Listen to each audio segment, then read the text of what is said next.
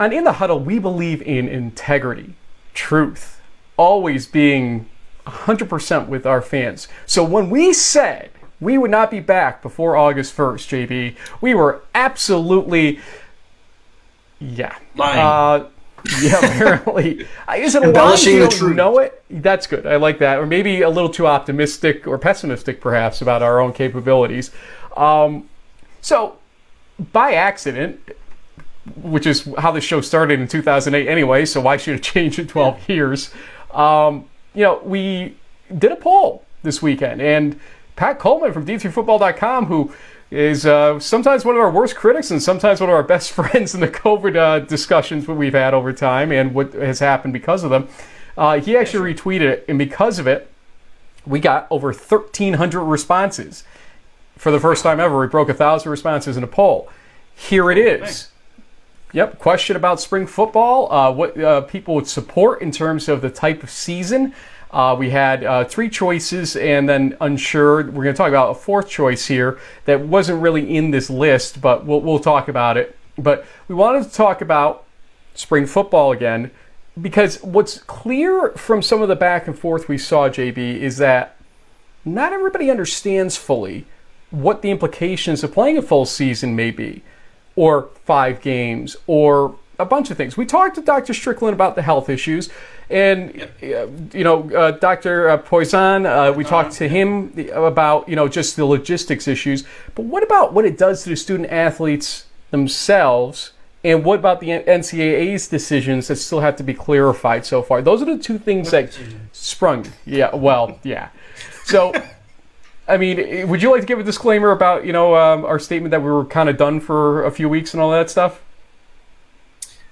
No, I just think that, as we're seeing, we're pretty much on the precipice now of an official cancellation of fall sports championships. There's only, I think the last post that you have made, 34 of the 247s, basically 13% of the colleges and universities in Division III that sponsor football are still hanging on.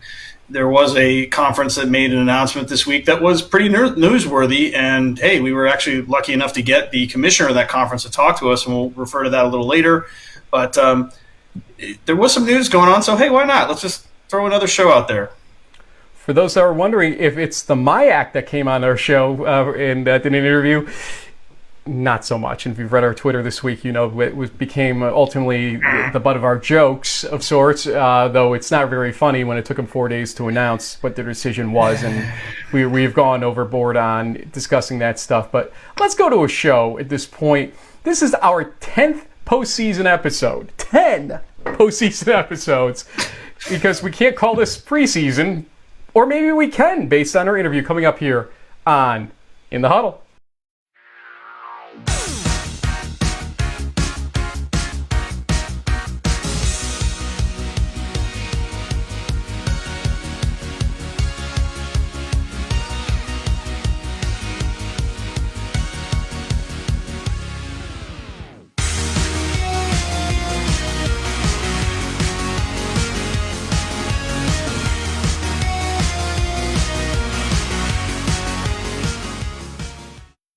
Okay, Chuck Yrigoyen from the American Rivers Conference will join us later on in the show. The ARC, as we teased earlier, is the conference that has decided, at least as of this recording, to go for it in the fall. And you know what? Points for ingenuity, points for trying. There are some things you're going to want to listen to in that conversation, though, about testing, guidelines, and the things that may have made other teams not want to play or unable to play. They're not necessarily buying 100% into. You're going to want to watch that and listen to it and make your own decisions about, what you think about the approach. They're not going willy-nilly, don't get me wrong, at the ARC schools, but they are definitely doing it differently in a lot of different ways right now, and admit they may have to back off and go to the spring anyway, which is what a lot of schools have done. JB, your takeaway from the poll that we cited in the beginning of the show, 50, I think was it 51-ish% said they want a full spring season with playoffs, which goes completely against what Dr. Strickland was talking about in terms of smashing together possibly 20 to 30 games in an 8 to 9 month period and the effects it can have on the body. But hey, we didn't put that into the question. We wanted people to give us their own opinions. There it was. What are your thoughts on the poll results so far?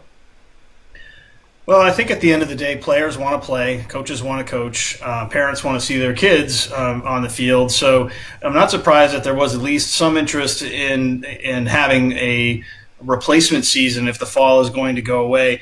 But basically, Dr. Poisson said it pretty well. There's so many logistical, and as we outlined in our last postseason show, it's a lot of challenges to getting a spring season. So I think the skeptics are probably part of the reason why we saw on the other side, other hand of the poll, that they're not really sure if it's really going to work out, and there's still a lot of questions left unanswered that we can try to get into here, but it's going to take some time to really flush this all out. Indeed. So we want to go through first, before we play that interview. We're not going to keep you here forever on this show, folks. We're going to go probably 20 minutes of us and about 25 minutes of our guests. We're already 5 minutes in, basically. So let's roll here at this point. But let's talk about, you're giving me the speed up sign, eh?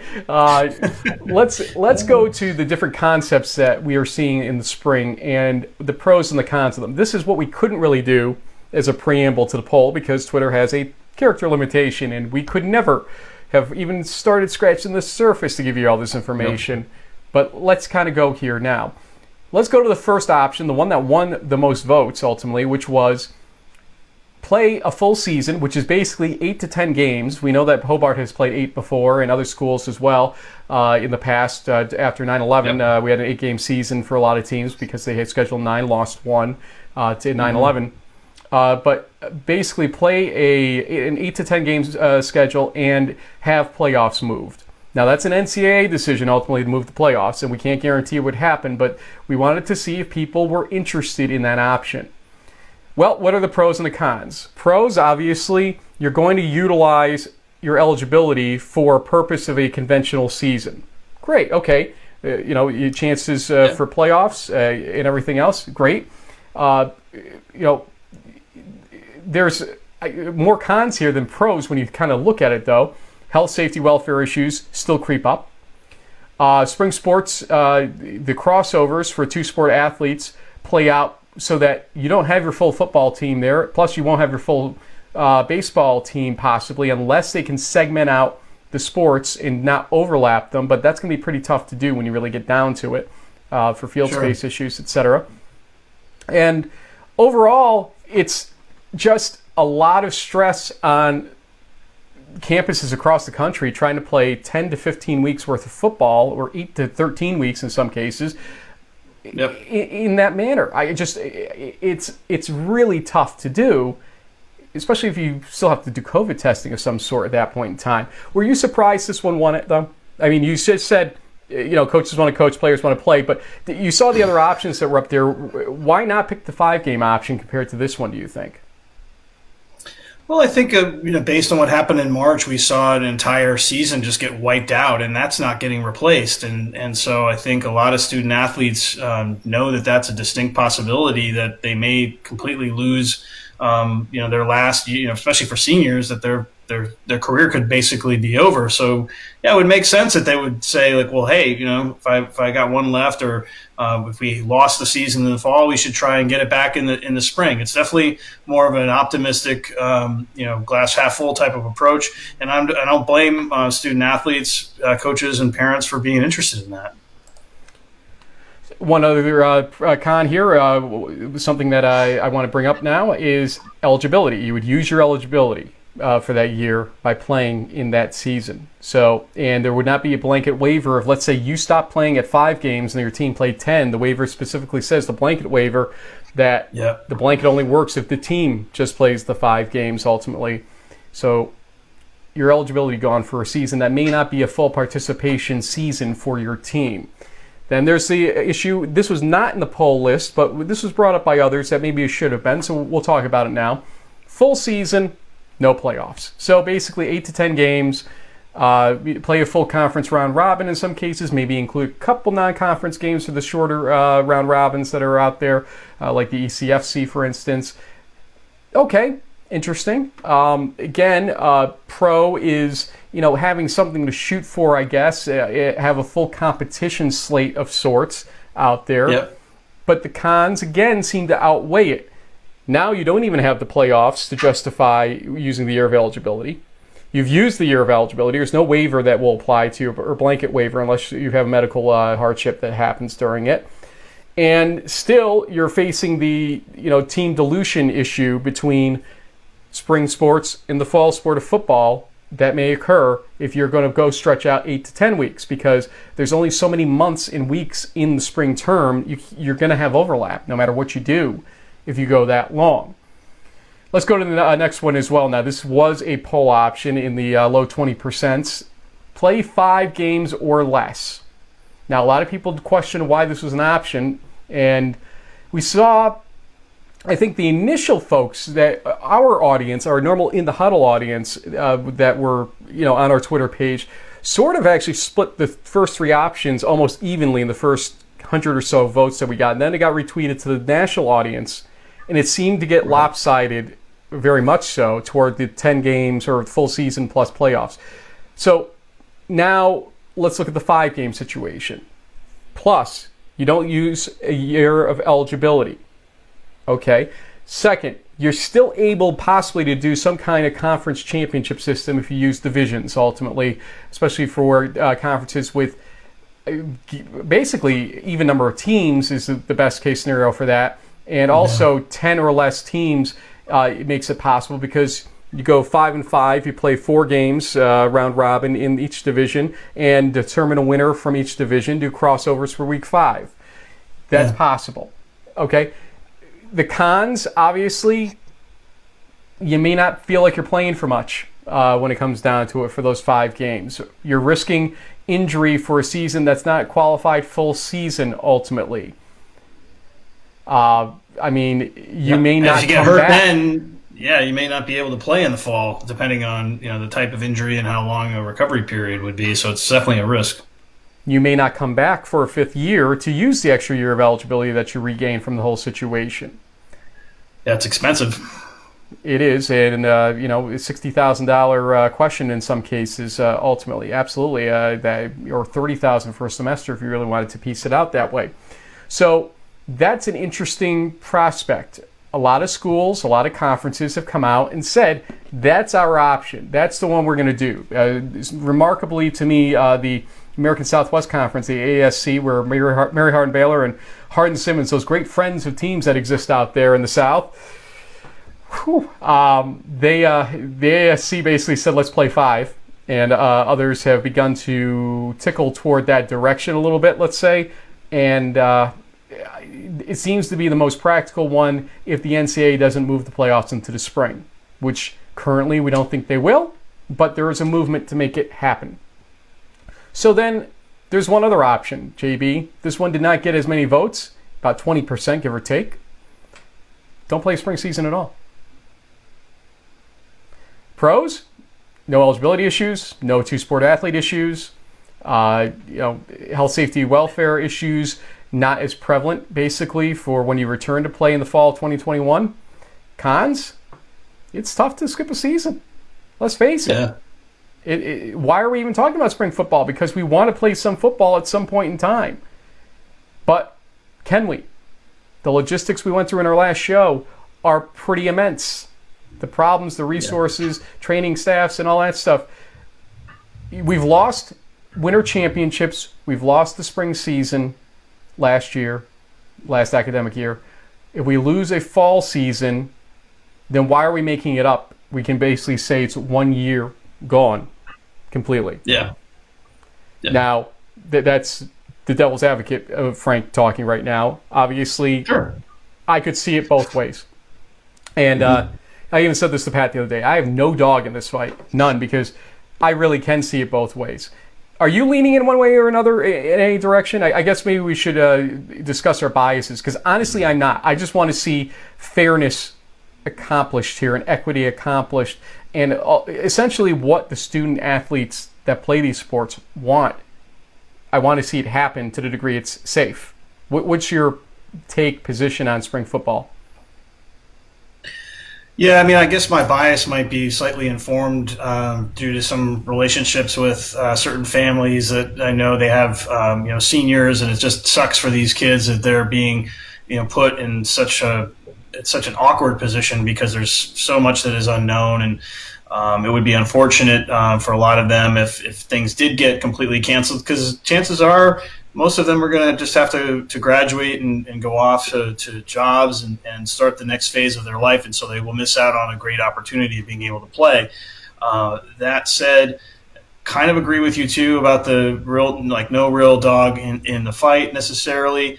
It's going to be weird not having a lot of football games going on this fall, but based on what we know and what we don't know, it's probably the right thing to do. But honestly, 3 weeks ago, what the American Rivers Conference is doing is exactly what we were kind of advocating for. Like, wait and see. Like, if you have to cancel in September, fine. But at the same time, like, why throw in the towel so soon when there's still a lot that can change between now and the end of September? But hey, we are where we are. There's no changing back. There's no changing it. There's no going back. What's done is done, and that's it. Good segue. Let's talk about now fall football. How can fall football still be played? There are two ways technically, but we're not so sure about one of them at this point as of this recording. The blanket waiver rule basically stated that if you're scheduling 50% of your contests or less that you're normally allowed in terms of the maximum, you get the blanket waiver for eligibility purposes. In football, in Division III, that number is 10 contests. So 10 divided by 2, 50%, is 5. Great. Here's the problem. A lot of schools are thinking about the following. Let's play a scrimmage in the late fall. Let's play Wesley Salisbury. Seems reasonable. Let's play Mary Hardin Baylor, Hardin Simmons. I don't know for sure if those schools are thinking about it, folks. Those are just examples of one-off games, one-off scrimmages, I should say, that would be spectacles of sorts.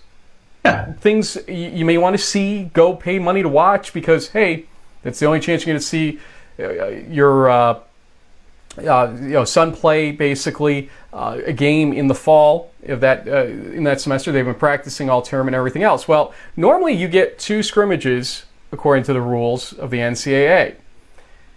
The question has been posed, we've heard from multiple sources now, whether or not you could put a scrimmage in the fall and a scrimmage in the spring and play 5 games, and that would still meet the blanket waiver scenario because you were playing 5 contests and 2 scrimmages.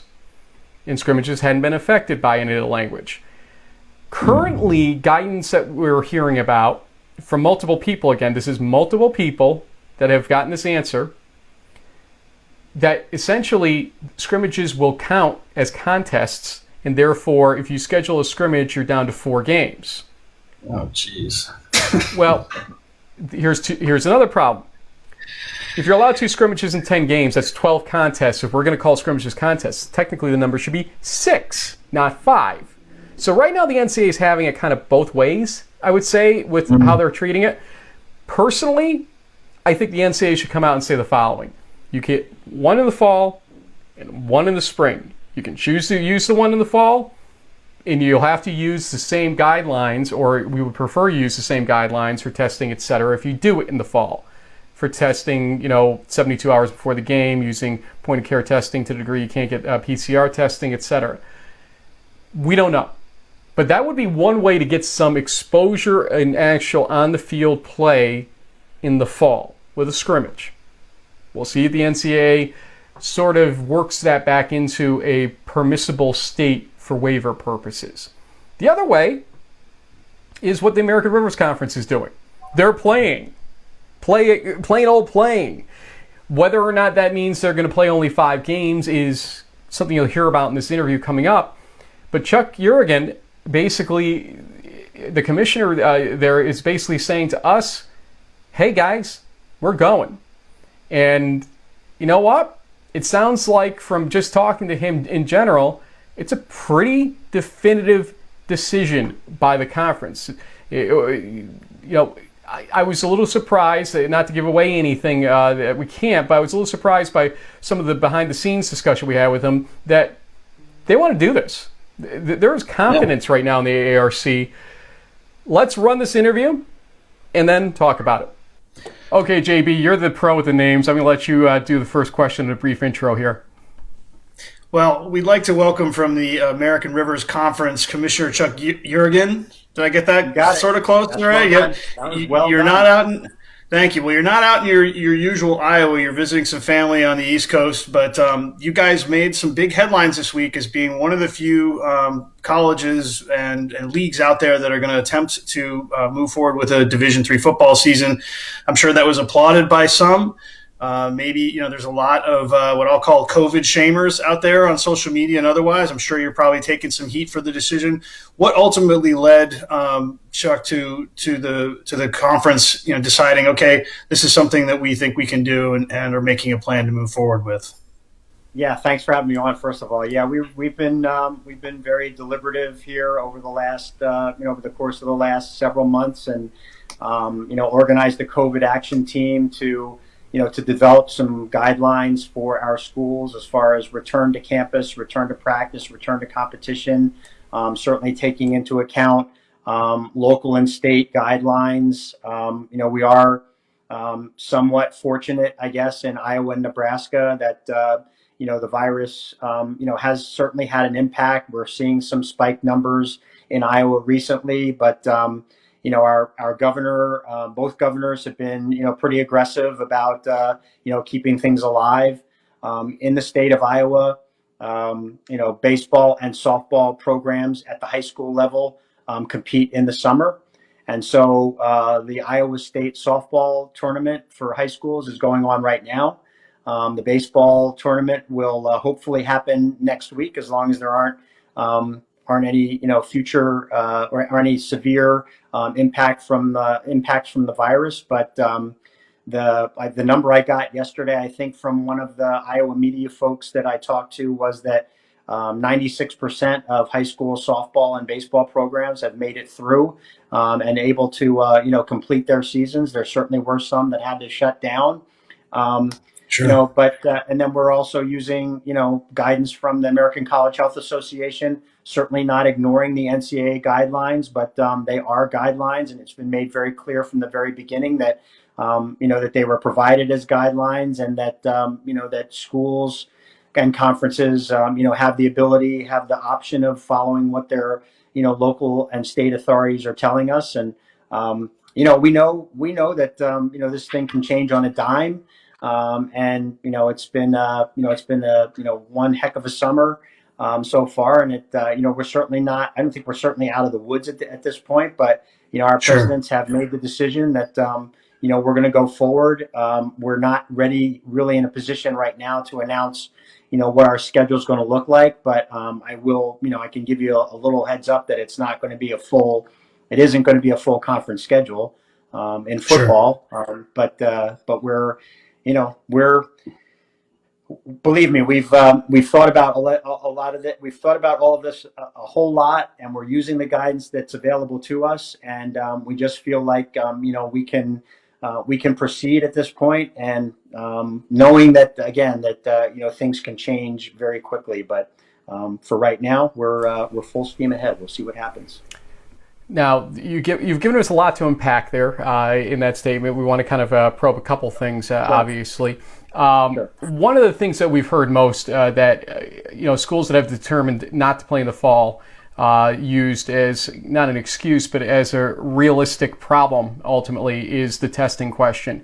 You raised the question of the guidelines from the NCAA, but share with us that there are some alternative guidelines that you're looking at. And I actually had heard a coach from another conference yesterday bring this up, that there was some question as to what this all means. Is there going to be weekly testing required of the ARC teams in football or in the other sports? Can you give us some idea of what the minimum threshold is under the new guidelines or the other guidelines?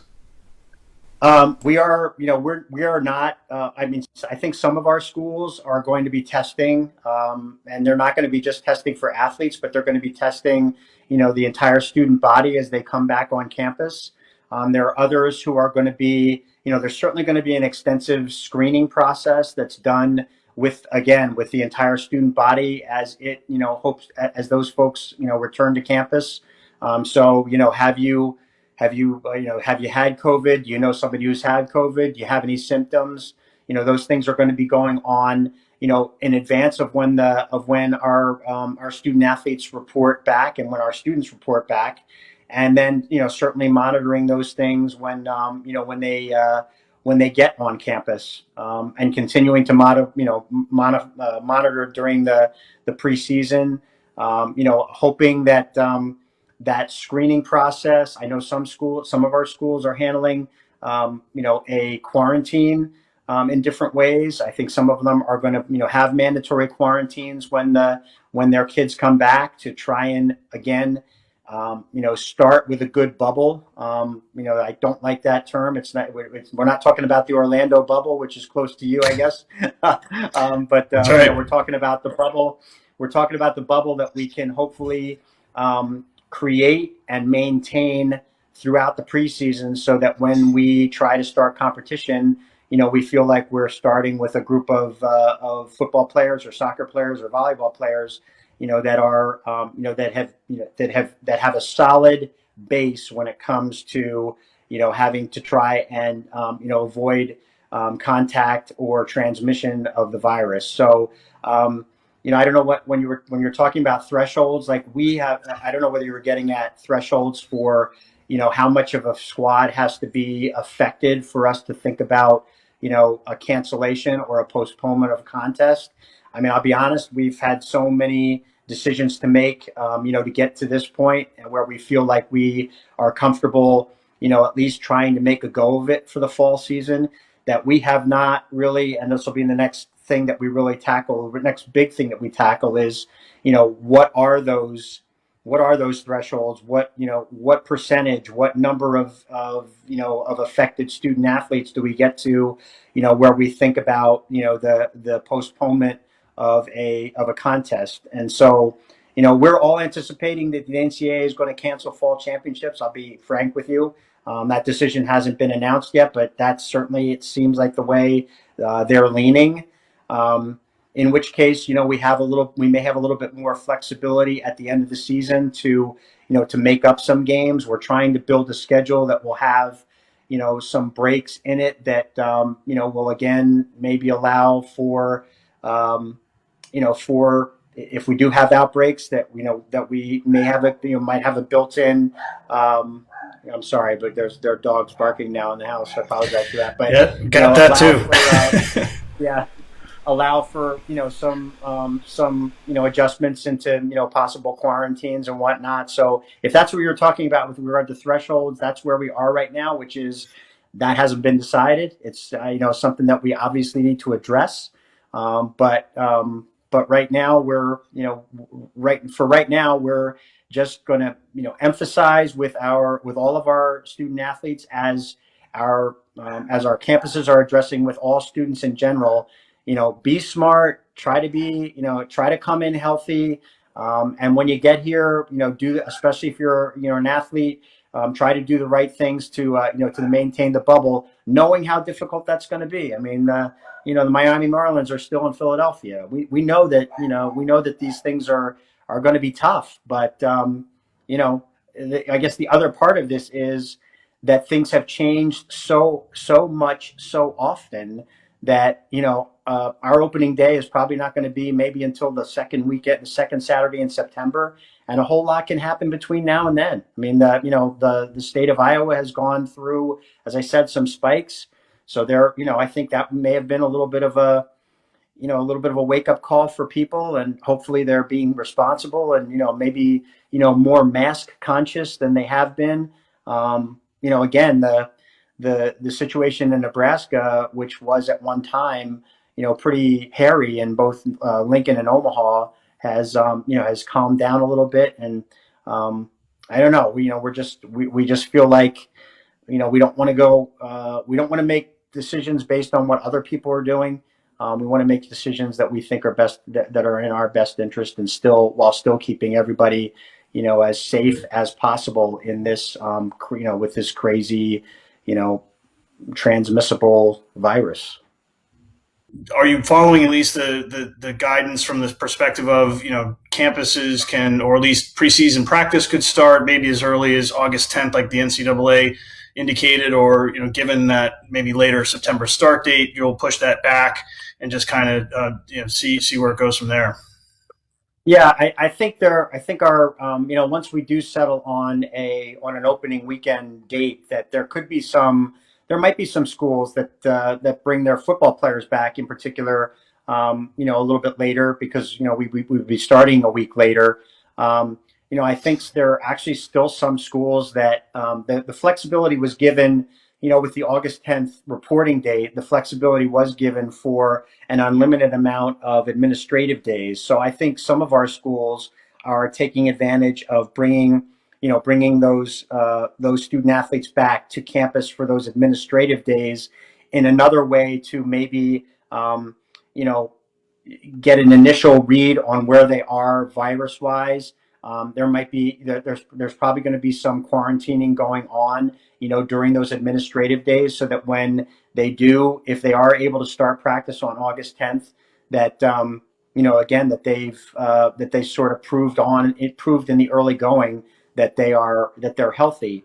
But yeah, I think with the decision to in all likelihood move our opening day back to September 12th, the football programs could decide to bring their football student athletes back in a little bit later, but others may decide, again, let's get them on campus. Let's get them in the habits that we want to have them in for the entire season, and get those evaluations done on where, on overall, on their overall health, and go, and use that as a base to hopefully, get through a preseason without major COVID impact. And then kind of all bets are off once we get into the regular season and you have to go compete against somebody else. The dog's pretty excited in the background about the ARC playing football. Yeah, I can tell you that much. It's okay. That's Rocky. That's Rocky the dachshund. It's my sister's dog, and he barks at pretty much every movement. So I apologize for not getting into a better spot. It's okay. Good. JB has this happen all the time. It's called revenge, actually, for me.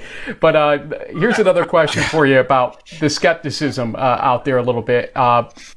Skeptics would say this: hey, Chuck, right. 213 teams as of right now are going to be attempting to play spring football, including apparently the WIAC, even though their announcement may have left some question as to whether they mean that or not, ultimately, and that's up to them to clarify. But you get the point that there's a lot of teams aiming for spring football that have canceled.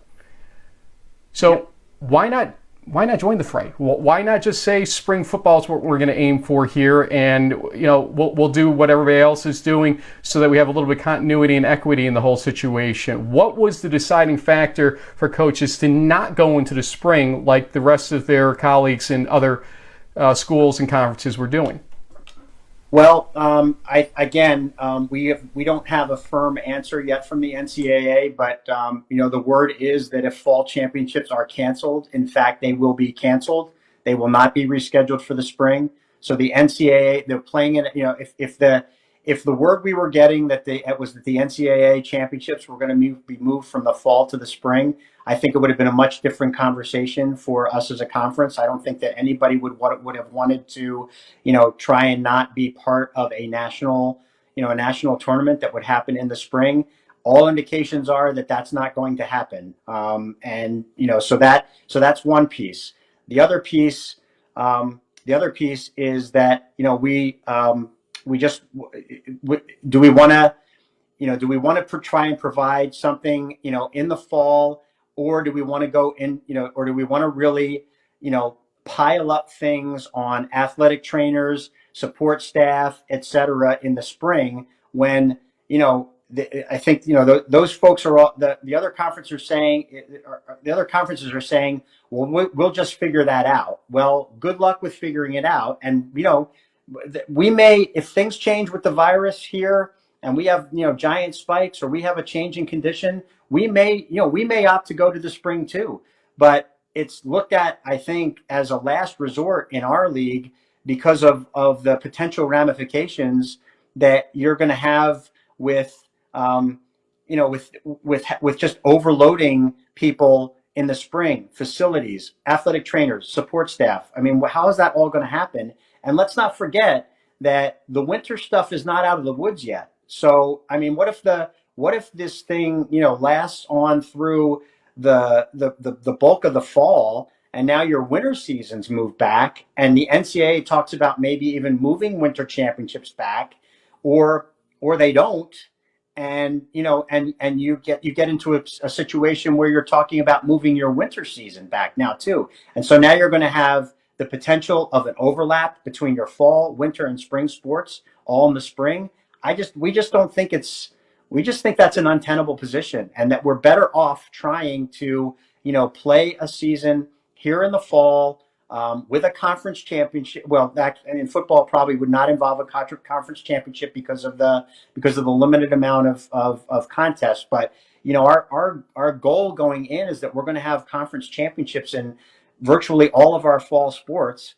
And why not try to make that happen at a time on our campuses when, yes, the virus's impact is unknown, but is it better to try and go into something in that environment as opposed to piling on people in the spring where people are going to be working 24/7, on trying to get, what is it? I mean, in our league, it would be 12 sports going on at the same time.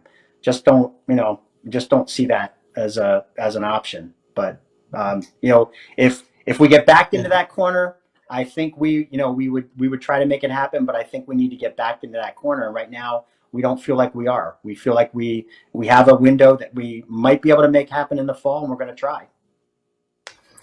Yeah, this is kind of a two-part question for you, Chuck. Number one, you mentioned the NCAA. Certain people have been kind of critical of the way they've handled things over the past couple of weeks, and the amount of guidance or lack thereof coming from them. But also a big question, because our show is really focused a lot on the experience of the student athletes, right? And so when it comes down to like the eligibility protection within the 5-game rule that the NCAA has provided, I mean, how is that informing your decision as you try to put together a fall schedule for football? Yeah, I mean, it's informing our decision. I mean, we're intentionally kind of trying to stay within that 5 games just so that we can preserve the year of eligibility. But it's also, I don't want to say that it's been the primary driver, but we are concerned about about that year for those for that limited number of individuals who might want to seek that following year. But we've also not put any limits on non-conference competition at this point, and there might not be any non-conference competition to happen. Although I don't know what the NAI is going to do. We don't know. If our schools might choose to play, each other in a non-conference game against a conference opponent. Right. But yeah, I mean, it's certainly, whatever number we hit. I mean, I don't know. We feel like mostly that that going with a realistic number of contests, irregardless of what the NCAA has laid down as the new minimum, that coming up with a schedule that is probably going to have built-in bye weeks, and that that automatically limits the number of contests you can play. That coming up with a realistic goal of trying to get competition in, and it kind of fits in with with that new number of 5 that. We kind of kill 2 birds with 1 stone. We set out a schedule that we think is realistic to, if you can even use that word in these times, that we think is realistic to complete, but that also would preserve eligibility again for I don't know how many seniors would even want to come back. I guess part of it could depend on what kind of team you think you have, but Sure. that fits it fits in with both, I guess, both sets of the rationale. Something realistic, and also, keeping in mind the student athlete and remaining eligibility. Chuck, we know you've got other meetings to go to. I have one more question for you, though. We appreciate Sure. your time here to discuss the ARC's playing a fall football, rather. I'm so used to saying spring football lately. It just doesn't roll out anymore, fall football. That's amazing. Anyway, there's 28 conferences out there, and you have 27 colleagues as conference commissioners that are they woke up yesterday like I did and read this release and had to read it about 2 or 3 times and said, Chuck, what are you smoking this week? I mean, what are you doing here? You obviously misprinted something, Chuck. What has the reaction been? And I mean, has any conference sort of said, what are you doing to allow your teams to play because of the testing dollars that we're fearful of, or the uncertainties that we're fearful of, or a bunch of other things that have been kind of trotted out there as reasons not to play? Have any of them said we might reconsider? And honestly, is this the ARC's final guidance, unless something major changes with the virus in the states where your schools reside? I think this is the final. I do think it is the final guidance, unless something really changes drastically. I think we are going to, try to have a safe preseason, and hope that a safe preseason, leads to a safe regular season. I mean, there are some conference commissioners that I've talked to who, have said that they're just, they are absolutely going to follow the NCAA guidelines as they are published, and they're going to consider those as requirements and not something that's optional.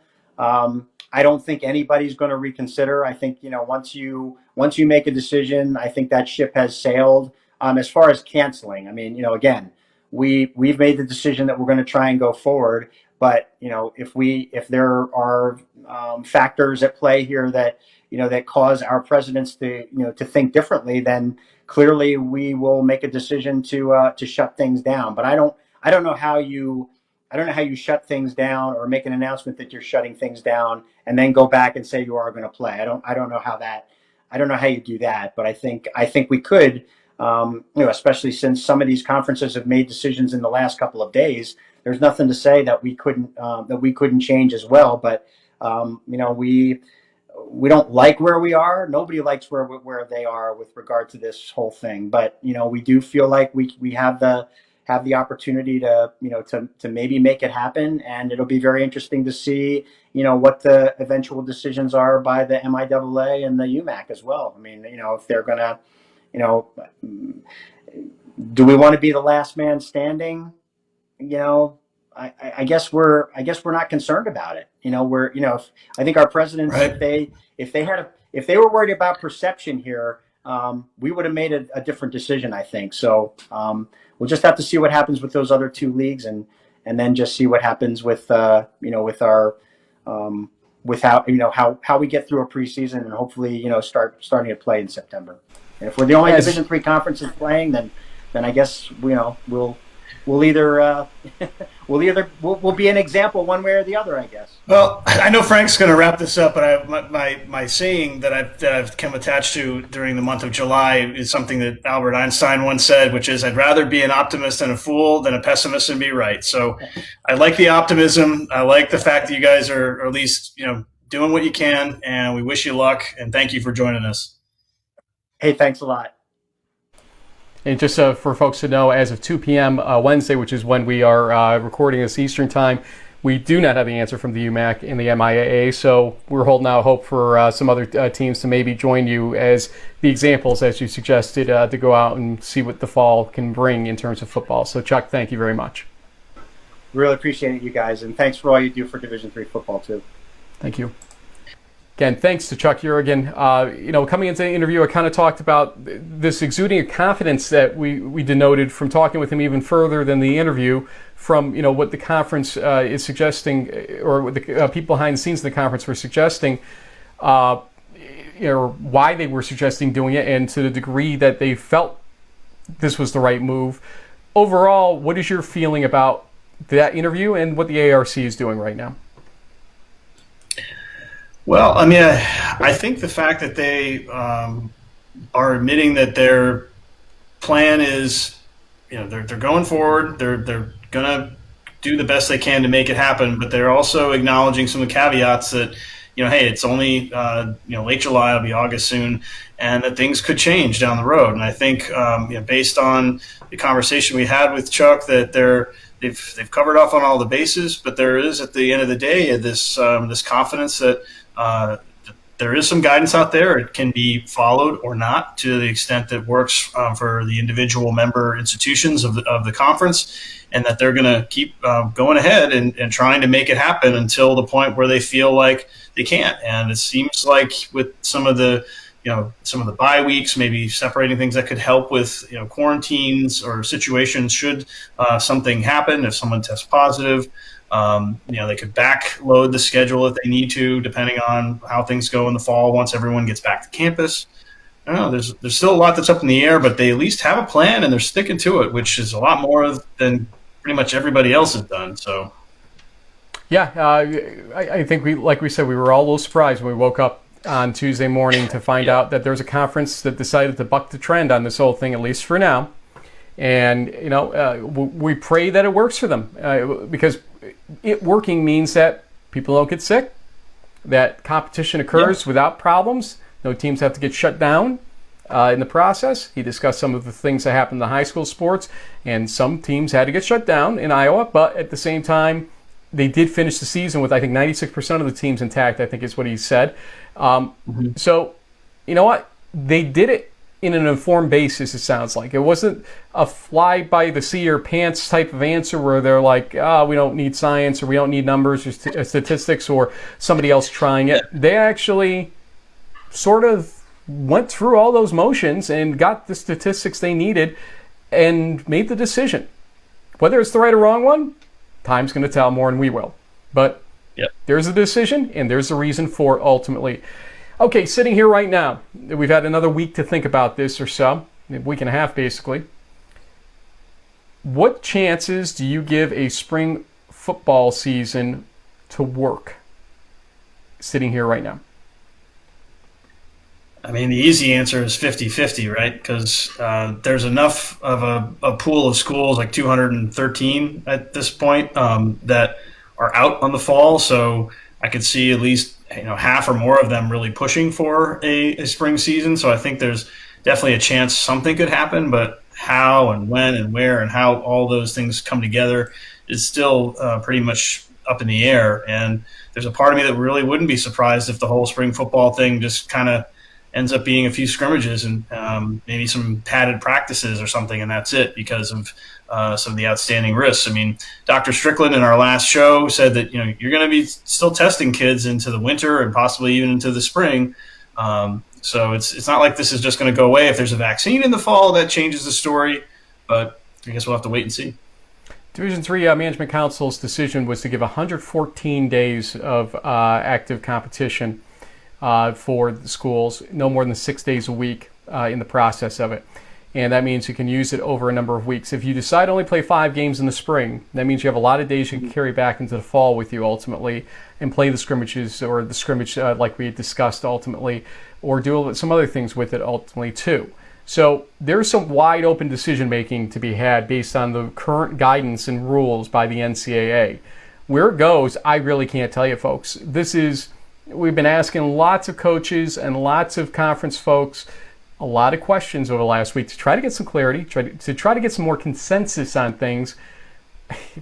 I can't. I think the 5-game rule is probably the overall driving impetus here to make this happen. But I'm going to say 35-65 in terms of percentage terms that we'll have a spring season of some sort, some meaningful sort. 35% yes, I'm saying right now. I just see too many arguments that will be developing, too many people saying, you know what, if that's the way we're going to do it, I'm out. And, too many student athletes saying, look, I'm going to go play baseball. I'm going to go play lacrosse. I didn't get to play it last year. You know what? I'd rather play a full season of lacrosse or baseball than kind of what the kids call a nerfed season of football. We'll see where it goes. There's a lot to discuss. Again, we're going to try to stay off this thing a little bit to the degree possible, but we wanted to answer some of these questions and talk to Chuck. We appreciate him joining us from the American Rivers Conference. Until next time, for JB, this is Frank saying thanks for being in the huddle with us.